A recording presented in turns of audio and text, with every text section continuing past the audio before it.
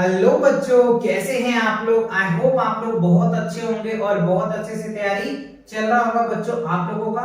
तो last lecture जो था मैंने आपको मैथ्स का एमसीक्यूज क्विज करवाया था, जो चैप्टर था मल्टीपल्स एंड फैक्टर्स। अगर आपको इस चैप्टर से रिलेटेड कोई डाउट है या कोई क्वेश्चन में प्रॉब्लम है तो आप उस वीडियोस को देख करके सारे डाउट क्लियर हो जाएंगे, बिकॉज उसमें हमने एक एक कॉन्सेप्ट को डिटेल्स समझाया है विद क्वेश्चन के साथ, विद एमसीक्यूज के साथ, विद क्यूज के साथ। तो आप देख करके अपना रिव्यू डाल सकते हैं। तो आज जो बच्चों मैं लाया हूं आप लोगों के लिए अलजेब्रा। कई बच्चे का कमेंट्स था कि सर अलजेब्रा करवा दीजिए, अलजेब्रा करवा दीजिए। तो मैं आप लोगों के लिए वन शॉट लेक्चर लेके आया हूं। तो अलजेब्रा में क्या क्या पढ़ना है, आपको क्या क्या बेसिक चीजें पढ़ना है, उन सभी बातें को आज हम डिस्कस करने वाले हैं।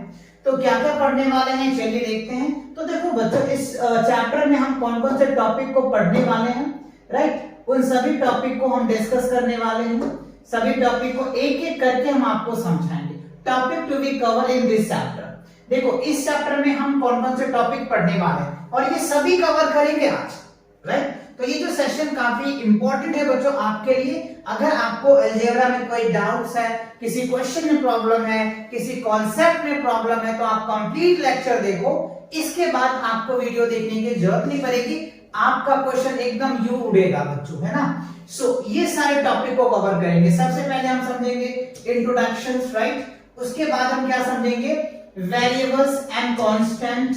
उसके बाद हम अलजेब्रिक एक्सप्रेशन को समझेंगे, लाइक्स और अनलाइक टर्म्स को समझेंगे, फिर कोएफिशिएंट्स है।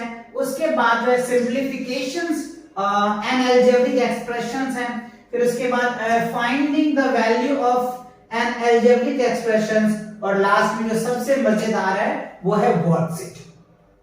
तो ये सारे जो कॉन्सेप्ट्स करेंगे, इसके बेस पे आपको एक वर्कशीट भी दिया जा रहा है, जिससे कि आप जो है अलजेब्रा में एकदम परफेक्ट हो जाओ। और अलजेब्रा का जब आपके स्कूल्स में या फिर आपके ट्यूशंस में जहां भी आप पढ़ रहे हैं, जहां टेस्ट होगा, तो आप पूरे मार्क्स ऑब्टेन कर सकते हो। तो चलिए बिना टाइम किए बिताए हुए हम लोग स्टार्ट करते हैं। क्या है, इंट्रोडक्शंस ऑफ अलजेब्रा। देखो बच्चों, इंट्रोडक्शंस ऑफ अलजेब्रा की बात करें तो अलजेब्रा में जनरली हम एक ऑपरेशंस करते हैं। क्या करते हैं, एक मैथमेटिकल ऑपरेशंस होता है। कौन का, नंबर का ऑपरेशंस होता है, अल्फाबेट का ऑपरेशंस होगा, यानी वेरिएबल्स टाइप्स का होता है। तो मैंने एक शॉर्ट डेफिनेशन भी लिख रखे हैं आप लोगों के लिए कि आप इसे समझ सकते हैं कि ये है क्या। So it is a branch of mathematics. Algebra क्या है, मैथमेटिक्स का एक ब्रांच है, right, in which unknown numbers are represent by the letters. यानी जो अननोन नंबर्स होता है ना, उनको हम किसी लेटर से, अल्फाबेट लेटर से रिप्रेजेंट करते हैं। जैसे मान लो, एक एग्जांपल के थ्रू मैं आपको समझाता हूं। देखो एग्जांपल फर्स्ट, जैसे मान लो हमारे पास यहाँ पे डैश है और यहाँ पे प्लस हमने लिख दिया 2 और यहाँ पे हम लिख दिया 5 लिखा। अब देखो यहाँ क्या हो गया, ये जो है अननोन क्वांटिटीज हो जाएगा, तो हम यहाँ क्या ले लेंगे, x ले लेंगे। तो ये x क्या होता है हमारा, अननोन, है ना, अननोन नंबर्स हो जाएगा, अननोन क्वांटिटीज। x ले लिया, या आप y ले सकते हो या z ले सकते हो, जो लेना है आप ले सकते हो, ठीक है। तो जब इसको आप फर्दर सॉल्व करोगे तो x + 2 = क्या हो जाएगा, 5 हो जाएगा, ठीक है। अब क्या करेंगे, देखो लाइक टर्म्स को एक साइड करेंगे, अभी हम बातें को समझाएंगे आपको। अभी आप ये फील लो, ये 2 को उस साइड लेके जाएंगे तो इधर प्लस है, तो उस साइड जाएगा तो माइनस होगा। एक चीज मैं आपको यहाँ पे समझा देता हूँ, थोड़ा सा ये कॉन्सेप्ट आप क्लियर कर लो। LHS और ये क्या होता है बच्चों, RHS। देखो left hand side, right hand side, ठीक है। अगर लेफ्ट हैंड साइड में प्लस होता है ना बच्चों, तो राइट हैंड साइड लेके जाओगे तो माइनस का आ जाएगा। ये चीज आपको ध्यान रखना। और इधर माइनस होता है तो इधर प्लस हो जाएगा। इधर अगर मल्टीप्लाई होता है ना बच्चों, तो इधर डिवाइड में जाएगा, और इधर डिवाइड होता है तो इधर मल्टीप्लाई में जाएगा। तो ये रूल्स थोड़ा सा आप याद कर लें, इस क्वेश्चंस में आपको नहीं करिए, ठीक है। LHS समझ में आ गया। अगर LHS में कोई वैल्यू प्लस में होता है तो RHS में माइनस में जाएगा, आपको ये याद रखना है। और अगर माइनस में होता है तो प्लस में जाएगा, इधर मल्टीप्लाई तो उधर डिवाइड में जाएगा, और इधर डिवाइड है तो उधर मल्टीप्लाई में जाएगा। क्लियर हुआ। देखो इसी कॉन्सेप्ट को मैं यहाँ पे यूज कर रहा हूँ। ये हमारा क्या होता है, LHS है और ये RHS, ठीक है। तो ये देखो प्लस का 2 है तो उधर जाएगा तो माइनस का हो जाएगा। तो x बराबर क्या लिखेंगे 5 और माइनस का 2 लिखेंगे। तो 5 में से 2 जाएगा तो क्या बचेगा 3। तो ये x की वैल्यू कितना आ गया 3 आ गया। तो ये हमारा अननोन क्वांटिटीज है।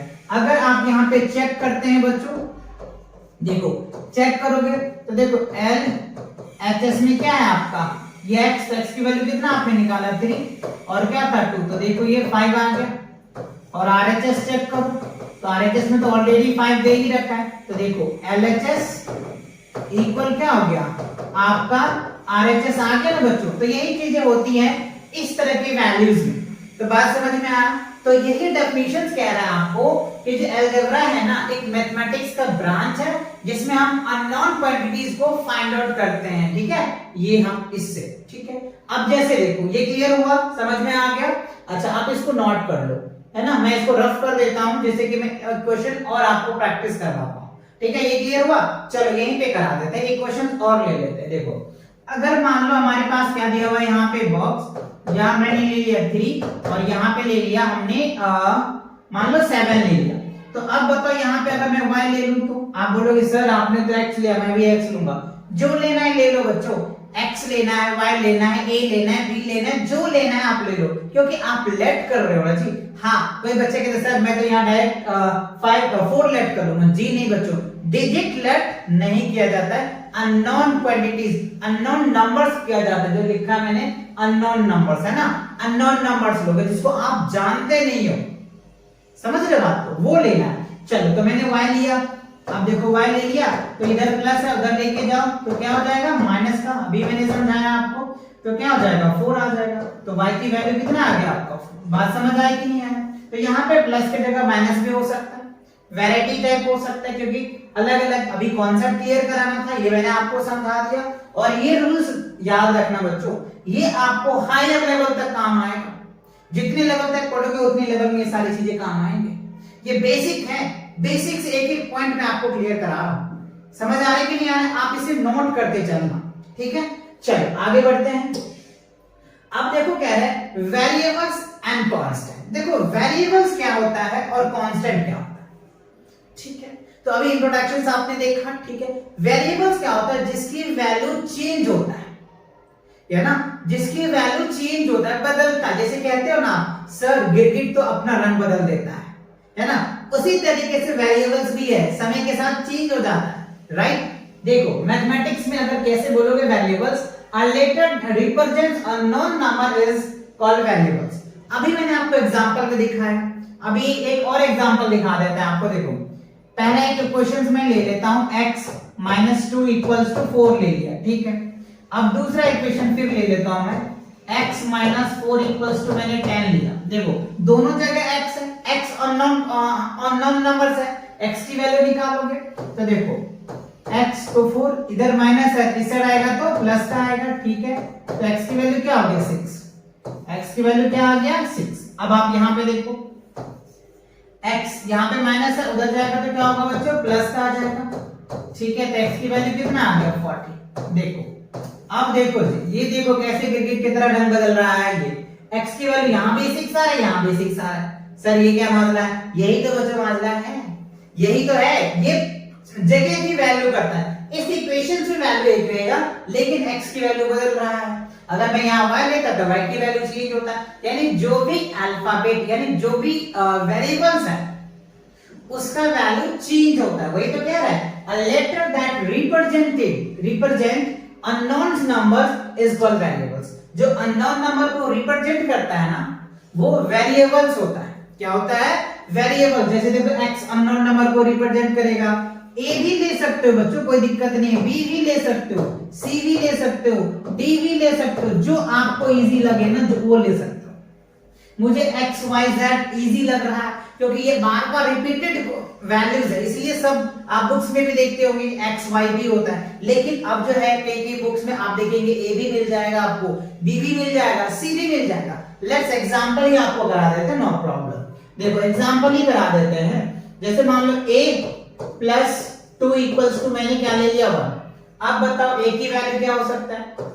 तो देखो इधर क्या है बच्चों इक्वल लगाएंगे 1 और ये प्लस है, इधर आएगा तो माइनस का आ जाएगा। तो यहाँ पे क्या होगा -1। तो a की वैल्यू क्या निकल के आ गया -1 आ गया। ठीक है, ये भी तो है। तो जो भी A to Z जो भी अननोन नंबर्स है वो सभी वेरिएबल्स। तो आपके क्वेश्चंस में किस तरह के वैल्यूज आ रहे हैं वो आप देखेंगे। अभी हम आपको क्वेश्चन भी करवाएंगे इस टाइप पे, आप टेंशन ना लो, एकदम डिटेल से क्लियर कराएंगे। लेकिन कंप्लीट लेक्चर देखने के बाद आपको अलजेब्रा से एकदम जो खौफ है ना वो बिल्कुल हट जाएगा। बहुत इजी है और ये बच्चों बहुत अच्छे से आपको करने भी है, बिकॉज ये हायर लेवल तक है अलजेब्रा। अलजेब्रा अपने आप में एक ब्रह्मांड है बच्चों। तो अभी आपका बहुत बेसिक है, अगर ये बेसिक आप अच्छे से करते जाते हैं ना तो हायर लेवल में आप और अच्छे करते चले जाएंगे। इसीलिए मैं आपको बेसिक से बेसिक बात डिस्कस करके आपको समझा रहा हूं। ठीक है, क्लियर हुआ? वेरिएबल। चलिए अगला देखते हैं, अब है constant.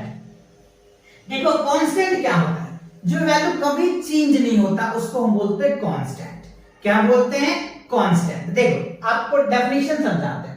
A number has fixed value is called constant. यानी कोई भी नंबर है इसकी वैल्यू फिक्स होती है।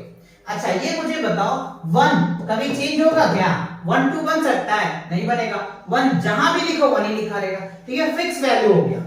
2 कभी चेंज हो सकता है क्या? 2 को आप 4 बना सकते हो? हाँ सर बना तो सकते हैं, लेकिन चेंज नहीं होगा ना। 2 तो 2 ही रहेगा। आप अपना दिमाग लगा के कुछ कर सकते हैं क्रिएटिविटी करके, लेकिन 2 तो 2 ही रहेगा। ठीक है, 3 4 तो ये सभी क्या है? फिक्स वैल्यू है। क्या है? फिक्स वैल्यू है। तो फिक्स जो वैल्यू होता है उसको हम लोग कांस्टेंट बोलते हैं। क्या बोलते हैं? कांस्टेंट बोलते हैं। बात समझ में आ गया? अच्छा तो अभी हमने आपको वेरिएबल समझाया, अभी हमने आपको कांस्टेंट समझाया। तो अब समझिए बच्चों, देखो वेरिएबल्स, वेरिएबल और प्लस कांस्टेंट। कांस्टेंट यही तो देखो, वेरिएबल x हो गया, कांस्टेंट हमने 2 लिया, इक्वल्स टू 4 लिख दिया था। इसी दोनों का कॉम्बिनेशन करके तो इक्वेशन बनता है आपका। समझ रहे हो बात को या नहीं समझ रहे हो? देखो कैसे चीजें बढ़ रहा है। अभी आपको हमने वेरिएबल समझा, तो वेरिएबल में क्या समझा? अननोन नंबर्स होता है। ठीक है, तो x क्या हो गया? अननोन नंबर्स हो गया। उसके बाद कांस्टेंट में क्या समझा? फिक्स नंबर होता है। तो देखो फिक्स नंबर ले लिया हमने, ठीक है, और ये बन गया। तो ये एक कॉम्बिनेशन बनता है, ये एक अलजेब्रा का नींव है। वेरिएबल और कांस्टेंट उसको मिला करके ही हम अलग अलग तरह का इक्वेशन या क्वेश्चन बनाते हैं, कई अलजेब्रिक एक्सप्रेशन करते हैं। अभी हम आपको समझाएंगे अलजेब्रिक एक्सप्रेशन। तो अलजेब्रिक एक्सप्रेशन में 4 ऑपरेशंस होता है। 4 ऑपरेशन से ही पूरे अलजेब्रा खत्म, उससे बाहर कुछ भी नहीं होता। बट हाँ आपके लेवल के हिसाब से वो चीजें बढ़ जाती है। ठीक है, ये बात समझिए। देखो वेरिएबल और कांस्टेंट का यूज तो था इससे पहले मैंने जो आपको करवाया था। अच्छा यहाँ पे ऐसे भी हो सकता है y + 2 - 2 = 5, ऐसे भी हो सकता है, कोई प्रॉब्लम नहीं है। हाँ अलग अलग हो सकता है, मल्टीप्लाई हो सकता है, डिवाइड हो सकता है, ऑपरेशन के बाद सब समझ आ जाएगा। ये बात क्लियर हुई? तो आपको कांस्टेंट और वेरिएबल क्लियर हुआ? क्लियर हुआ तो फटाक से वीडियो को लाइक करो और अपने दोस्तों के साथ शेयर जरूर करो, जिससे कि आपके फ्रेंड भी मैथ्स में एक्सपर्ट बन पाए और आप दोनों मिल करके अच्छे से और अच्छे से प्रैक्टिस करो कि आप स्कूल में टॉप कर जाओ। ठीक है, चलो आगे बढ़ते हैं। अब देखो क्या है, अच्छा प्रैक्टिस क्वेश्चंस आ गए। देखो प्रैक्टिस क्वेश्चंस में क्या करें?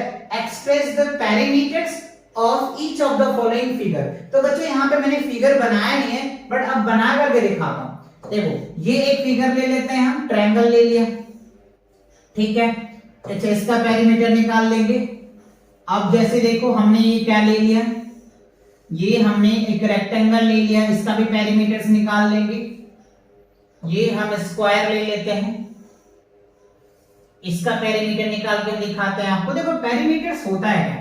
पेरीमीटर्स आपको पता है बच्चों की क्या होता है? सम ऑफ ऑल साइड्स, उसी को हम लोग पेरीमीटर बोलते हैं। तो अगर हम इसको मान लो L नाम दे दें, LL दे दें, तो इक्विलैटरल ट्रायंगल्स हो जाएगा। इसका जो पेरीमीटर होता है ना, पेरीमीटर्स, ठीक है, पेरीमीटर्स ऑफ इक्विलैटरल ट्रायंगल का जो होता है बच्चों 3 इंटू साइड होता है।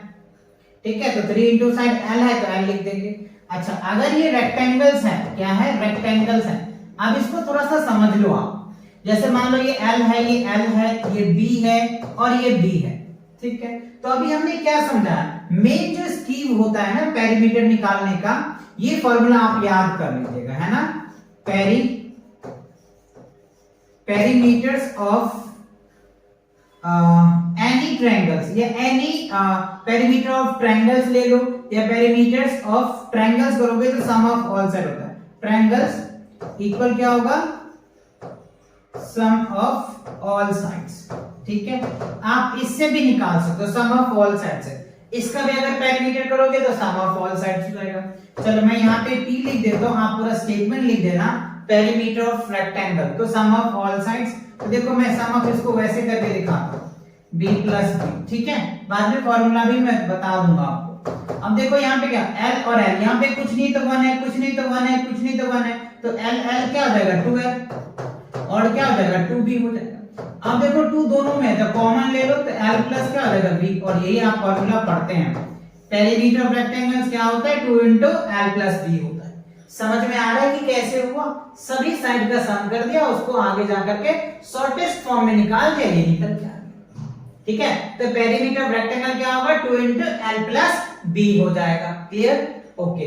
अब जैसे मान लो ये स्क्वायर है, ठीक है, और इसका साइड a है, इसका साइड मैंने a लिया, इसका a लिया, a लिया, तो पेरीमीटर ऑफ स्क्वायर आप लिख लेना, मैं डायरेक्ट p लिख रहा हूं, आप क्या लिखोगे पेरीमीटर ऑफ स्क्वायर। ठीक है, तो पेरीमीटर ऑफ स्क्वायर क्या होगा सम ऑफ ऑल साइड्स। तो 4 साइड है तो a plus a plus a plus a कर दो, तो कितना हो जाएगा 4a हो जाएगा, तो ये इसका पेरीमीटर हो जाएगा। तो perimeters of square 4 into side होता है, 4 into साइड्स, या फिर आप 4a लिख सकते हो, a क्या रिप्रेजेंट करता है साइड को रिप्रेजेंट करता है। ठीक है, तो बात क्लियर है समझ में। तो जब भी पेरीमीटर निकालना है ना, वैसे मैंने ज्योमेट्री चैप्टर पढ़ाया है, उसमें बहुत सारी चीजें डिस्कस किया है, आप वहां पे देख सकते हो, या मेजरमेंट करवाया है, मेंसुरेशन करवाया है, उन सब पे ये सारे फॉर्मूलेज ऑलरेडी मैंने करा रखा है, फिर भी मैं आपको एकदम बेसिक से समझा रहा हूं। सम ऑफ ऑल साइड कर दोगे आपका निकल गया। ठीक है, तो पेरीमीटर क्लियर हो गया,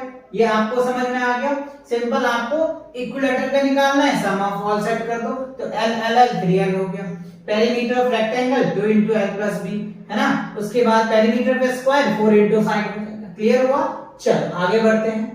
अब देखो कह रहे बच्चों अलजेब्रिक एक्सप्रेशंस आ गए, तो अभी मैंने आपको अलजेब्रिक एक्सप्रेशंस की जो बेसिक चीजें वो बताता हूं। कहते हो algebraic expressions made of the variables और कांस्टेंट। ठीक है, तो वेरिएबल्स क्या होता है मैंने अभी आपको समझाया, अननोन्स नंबर्स होता है। उसके बाद कांस्टेंट क्या होता है, जो वैल्यू फिक्स होता है। देखो कैसे चीजें का यूज किया जा रहा है, पहले मैंने आपको वेरिएबल समझाया, फिर कांस्टेंट समझाया, अब उसका यूज देखो। तो वेरिएबल और कांस्टेंट को जब हम यूज करते हैं टूल्स ऑपरेशंस, ये देखो ऑपरेशंस आ गया, operations is called an algebraic expressions. तो देखो ऑपरेशन जो होता है ना बच्चों, इसका ऑपरेशंस, ठीक है, 4 तरीके का ऑपरेशंस होता है। कौन सा 4 होता है सर, देखो एक एडिशन होता है, एक सब्ट्रैक्शन होता है, एक मल्टीप्लिकेशन होता है और डिवाइड होता है। ये 4 ऑपरेशन से जोड़ करके हम क्या बना देते हैं अलजेब्रिक एक्सप्रेशन बना, कांस्टेंट का और वेरिएबल्स का। ठीक है, देखो अगर आपको इसका एग्जांपल समझाए तो देखो मैंने क्वेश्चंस लिख रखा है यहाँ पे इसको समझाने के लिए। सबसे पहला देखो यहाँ पे क्या एग्जांपल में x added to 17, तो इसका क्या बनेगा, पहला का क्या बनेगा x added, तो x added to 17, तो ये एक आपका आंसर बन गया। देखो एडिशंस वाला ऑपरेशन लग गया। उसके बाद करें 4 subtracted from y, 4 subtracted from y, तो y में से 4 को क्या करना है सब्ट्रैक्ट करना है, तो देखो ये सब्ट्रैक्ट वाला कहानी हो गया। अच्छा, उसके बाद थर्ड देखो 1/3 of c, 1/3 of c, तो c का क्या करोगे 1/3 करोगे, है ना, तो ये क्या निकल के आ जाएगा c/3, तो ये आपका निकल के आ गया, ये थर्ड हो गया। अच्छा, फोर्थ में क्या है देखो 7 times of a, 7 times of a है ना, तो 7 times of a क्या होगा 7 into a, तो देखो चारों ऑपरेशंस क्लियर हुआ।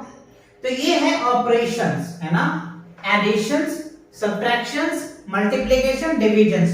तो वेरिएबल्स को और कांस्टेंट को इन ऑपरेशन के थ्रू अगर आप उनको कंबाइन कर देते हैं ना, तो वो आपका एक अलजेब्रिक एक्सप्रेशन बन जाता है।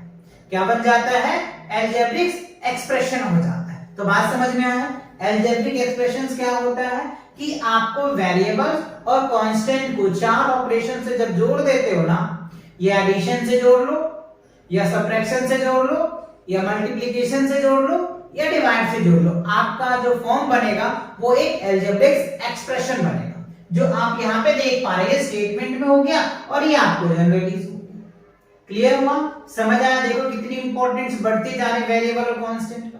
चलिए आगे बढ़ते हैं। आगे देखो कह रहे अब आ गया आपका लाइक एंड अनलाइक टर्म्स। देखो लाइक, जैसे मैं आपको कहता हूं अगर वीडियो पसंद आ रहा है तो वीडियो को लाइक मारो, अगर पसंद आ रहा है तो लाइक मारो, नहीं तो डिसलाइक मार दो।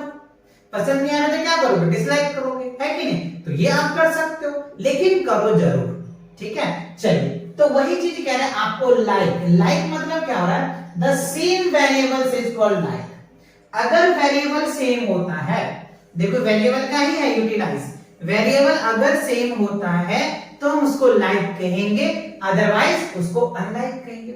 चलिए इसका एग्जांपल्स तो मैंने नहीं लिखा है, आपको लिख करके दिखाता हूं। देखो लाइक क्या होता है, जैसे अगर मान लो एग्जांपल्स ले ले हम। पहला देखो 2x ले लिया हमने, ठीक है, और हमने क्या ले लिया, उसके बाद हमने 2x लिया अगेन और 4x लिया। देखो तीन अलग अलग वैल्यू लिया, लेकिन सब में x ही है, तो ये क्या हो जाएगा, लाइक हो जाएगा। ये क्या हो जाएगा, लाइक हो जाएगा। अच्छा दूसरा एग्जांपल देखो, जैसे मान लो मैंने 3/2 y ले लिया और 1/2 y ले लिया और 7y लिया। अब देखो ये भी क्या है, लाइक है। ये क्या होगा, लाइक, क्योंकि सभी में क्या है, सेम है।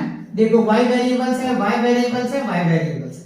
तो बात समझ में, लाइक को पहचानना है, किसमें देखना है कि ये वैल्यू सब में है या नहीं, ठीक है। तो लाइक समझ में आ गया, क्लियर हुआ।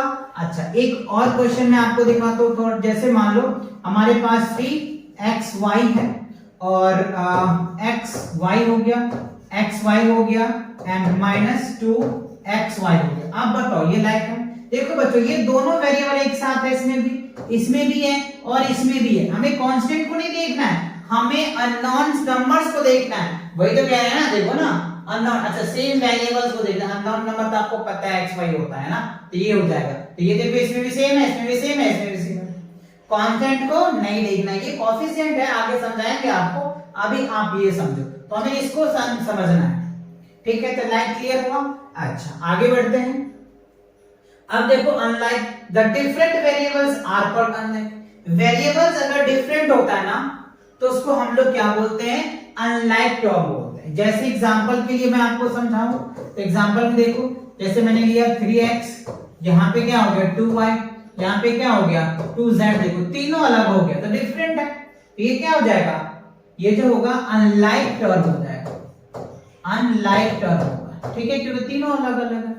दूसरा एग्जांपल और देखो, जैसे मान लो y/2 ले लिया हमने, फिर क्या ले लिया x/2 ले लिया, z/ मैंने 4 ले लिया, तो ये भी तीनों अनलाइक टर्म्स हो जाएगा, तीनों अलग अलग हो गए।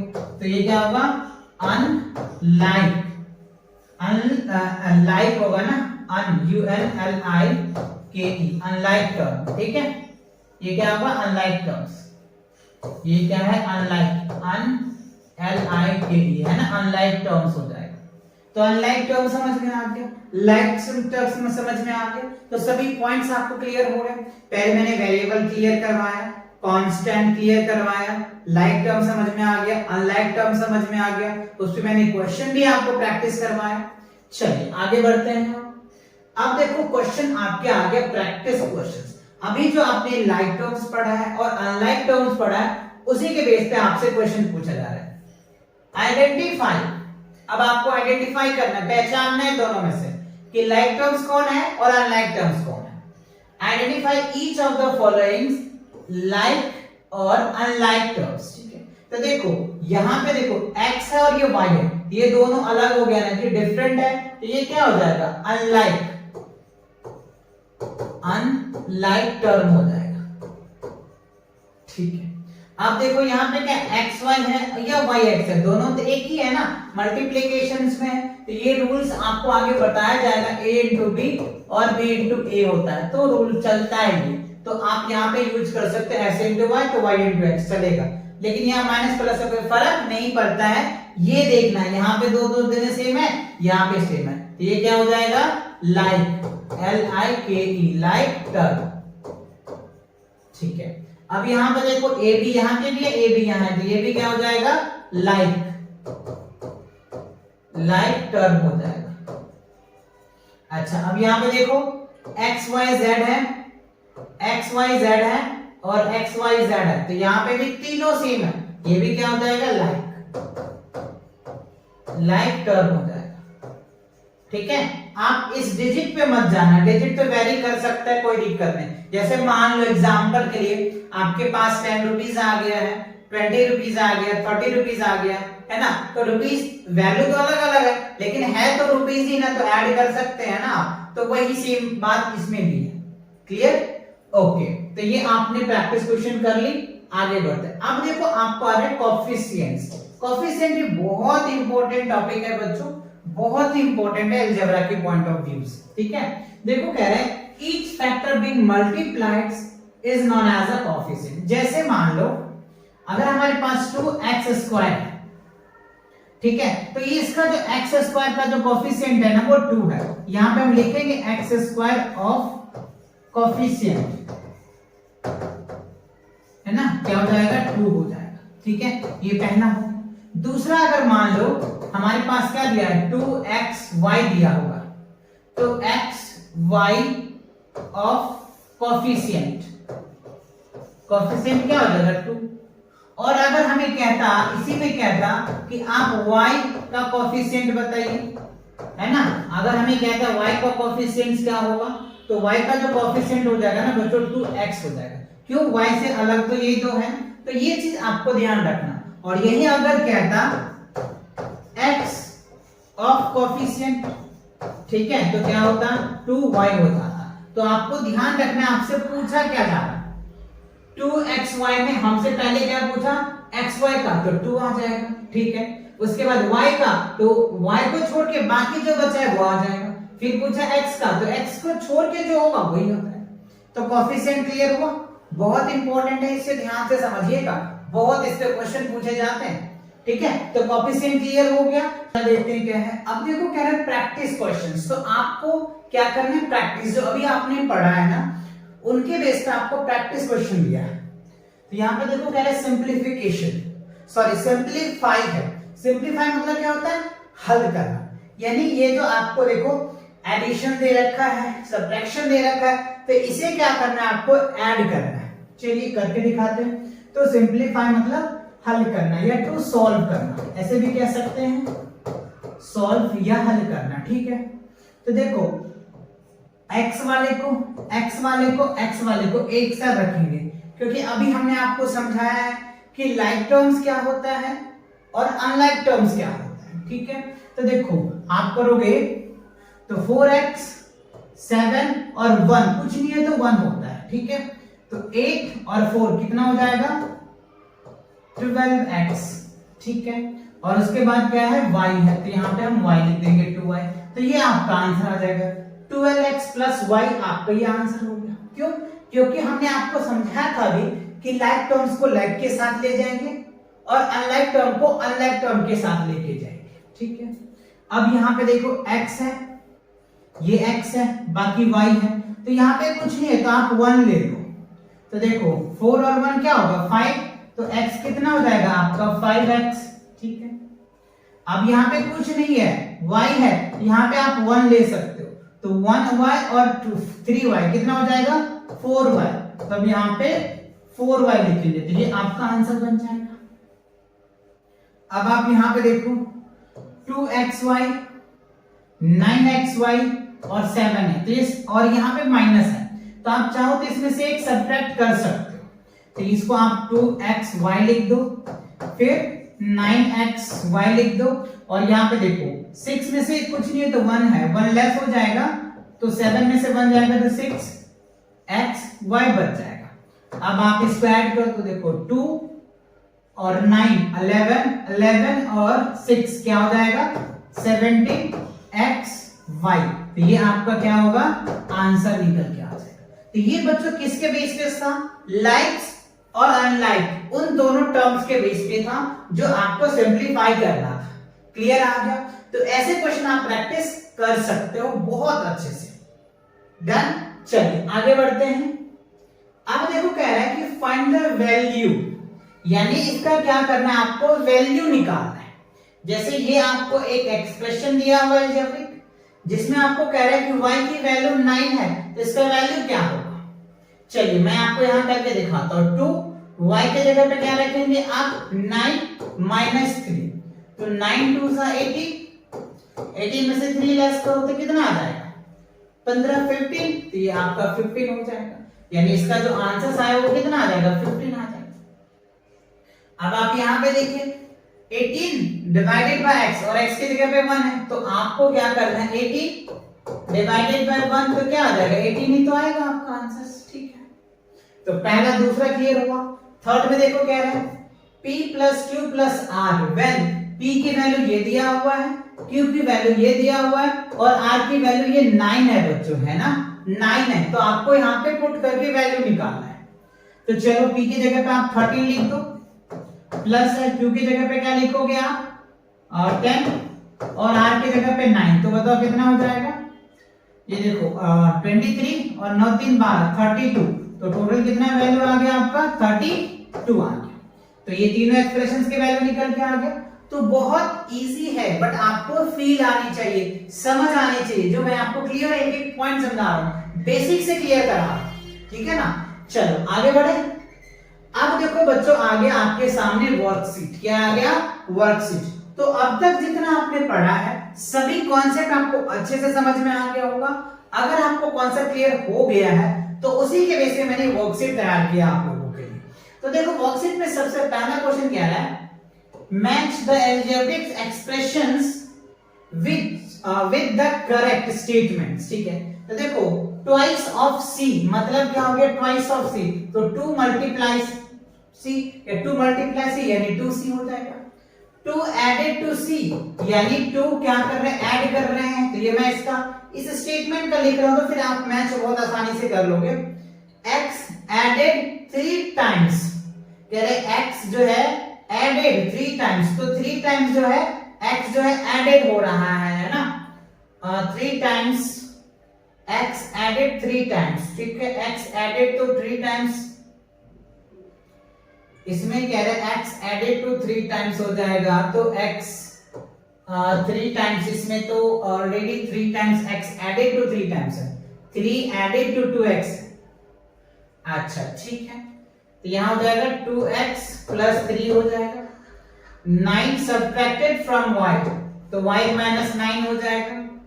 y subtracted from 9, y subtracted from 9, तो 9 माइनस y हो जाएगा। ठीक है, अब आप इसको मैच करिए। 2c वाला कॉलम्स कहां है? देखो ये इसके साथ मैच कर जाएगा। ठीक है, 2 प्लस c देखो कहां पे है? ये देखो आपका इसके साथ ये मैच कर रहा है, c प्लस 2। ठीक है, उसके बाद 3x जो है ये इसके साथ मैच करेगा। बच्चों ये जो है ना मिस्टेक है, यहाँ पे 3 टाइम्स होना चाहिए, एडेड नहीं होना चाहिए। x एडेड 3 टाइम्स, तो ये मिस्टेक है, या तो ये मिस्टेक है या ये मिस्टेक है। अगर इसको मिस्टेक मानते हो तो ये सही है ना? तो ये टाइपिंग में कुछ एरर हुआ होगा, क्योंकि यहाँ पे सेम चीजें है ना, तो हो सकता है मिस्टेक हुआ होगा। तो 3 टाइम्स x होना चाहिए, तो इसके साथ मैच करेगा।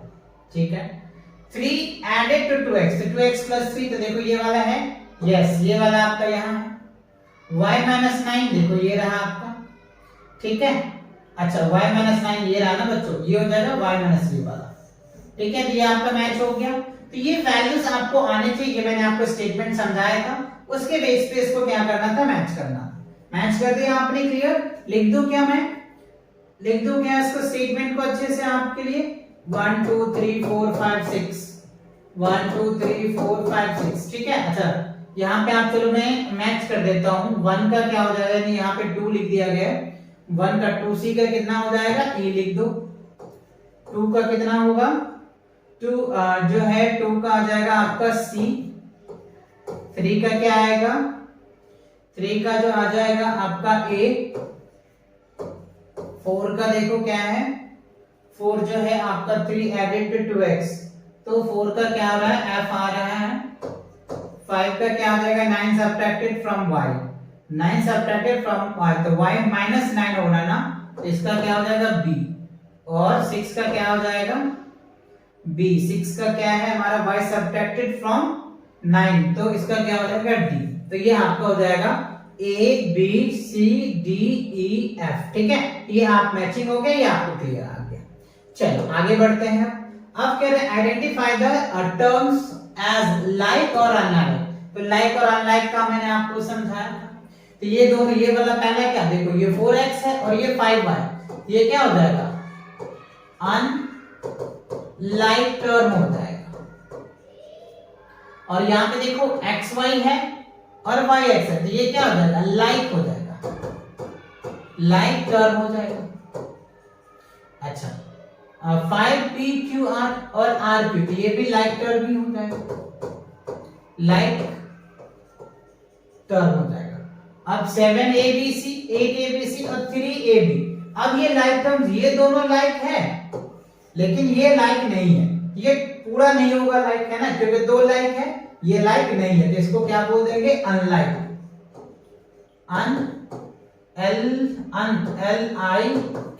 अनलाइक टर्म, ठीक है, ये अनलाइक टर्म्स हो गया।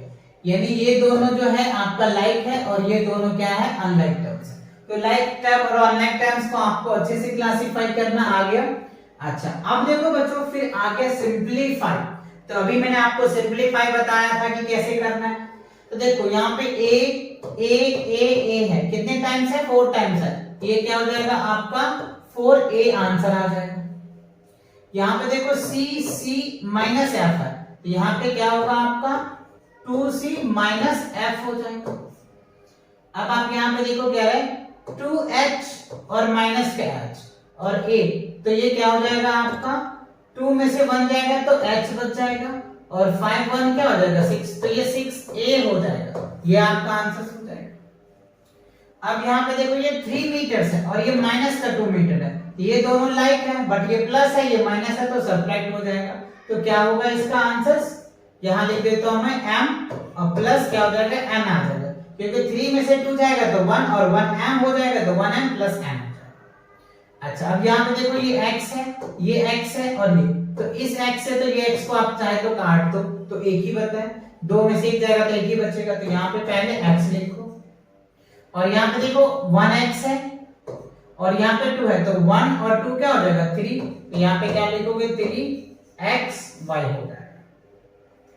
अब यहाँ पे देखो 6ab प्लस 6ab देखो कहाँ है, यहाँ है माइनस, तो 6 में से 3 जाएगा तो क्या बचेगा 3, तो यहाँ पे आप क्या लिखोगे 3abc आ गया, ठीक है। अच्छा अब देखो ये वाला पार्ट्स 4bc और ये 3bc, तो 4 में से 3 जाएगा तो क्या बचेगा 1, तो 1 प्लस का ज्यादा है, तो आप यहाँ पे क्या लिखोगे bc आ जाएगा, क्या हो जाएगा bc, तो ये आपका आंसर बन जाएगा, क्या होगा 3abc है ना, और प्लस bc आपका आंसर हो जाएगा। तो ये 6 के 6 पार्ट्स थे, 6 पार्ट्स आपको क्लियर हो गया, सिंप्लीफिकेशन आपको अच्छे से क्लियर आ गया समझ में। चलो आगे देखते हैं। अब क्या है फाइंड द वैल्यू, अभी मैंने आपको वैल्यू समझाया था। देखो पहला में क्या कह रहा है ab by c, when a की वैल्यू आपको पता है, b की वैल्यू पता है और c की वैल्यू पता है। तो चलो मैं यहाँ पे सॉल्व करके दिखाता हूँ। ab अपॉन में c है, तो a की वैल्यू क्या है आपका 3 और दोनों का रिलेशन क्या है मल्टीप्लाई का, यहाँ पे 2 और इसकी वैल्यू 1, तो देखो 3 2 जा 6, 6 by 1 तो क्या आएगा 6, तो इसका जो आंसर होगा ना बच्चों क्या आएगा 6 आ जाएगा, ठीक है। अब इसका थर्ड वाला देखो xy yz दिया हुआ है, व्हेन x की वैल्यू y की वैल्यू और z की वैल्यू है, तो देखो x into y प्लस क्या है y into z है, तो x की वैल्यू क्या आपके पास 2 और y की वैल्यू 5, y की वैल्यू 5 और z की वैल्यू 3, तो 5 2 जा 10 और 5 3 जा 15, ऐड करो तो कितना आ जाएगा 25 आ जाएगा, तो ये आपका क्या निकल के आ जाएगा आंसर आ जाएगा। तो बहुत इजी है एकदम, देखो बेसिक से मैं आपको समझा रहा हूँ, बेसिक चीजें क्लियर हुआ। ओके आगे बढ़े। अच्छा इसी के साथ क्या होता है आपका ये जो अलजेब्रा का वन शॉट लेक्चर्स है ये कंप्लीट होता है। तो आई होप ये सभी कॉन्सेप्ट आपको क्लियर आ गया होगा समझ में, सारे क्वेश्चंस भी आपको क्लियर हो गए होंगे, वर्कशीट भी आपको क्लियर समझ में आ गया। फिर भी अगर कोई डाउट रहता है तो आप कमेंट सेक्शन में कमेंट करके मुझे बता सकते हैं। और इसके बाद आपको किस चैप्टर का वन शॉट लेक्चर चाहिए वो भी आप कमेंट सेक्शन में जरूर कमेंट करके बताएं, जिससे कि मैं आप लोगों के लिए लेके आऊं। ठीक है, तो मिलते हैं कुछ नए वीडियो के साथ बहुत जल्दी। तब तक के लिए take care and bye bye.